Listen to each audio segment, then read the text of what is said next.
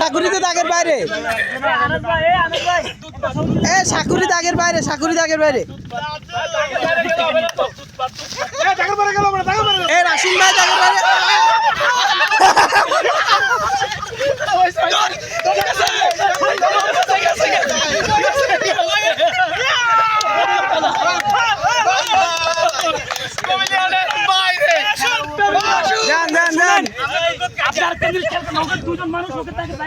আপনাদের এই পাশেও আমি দণ্ডায় চিল্লাইতেছি।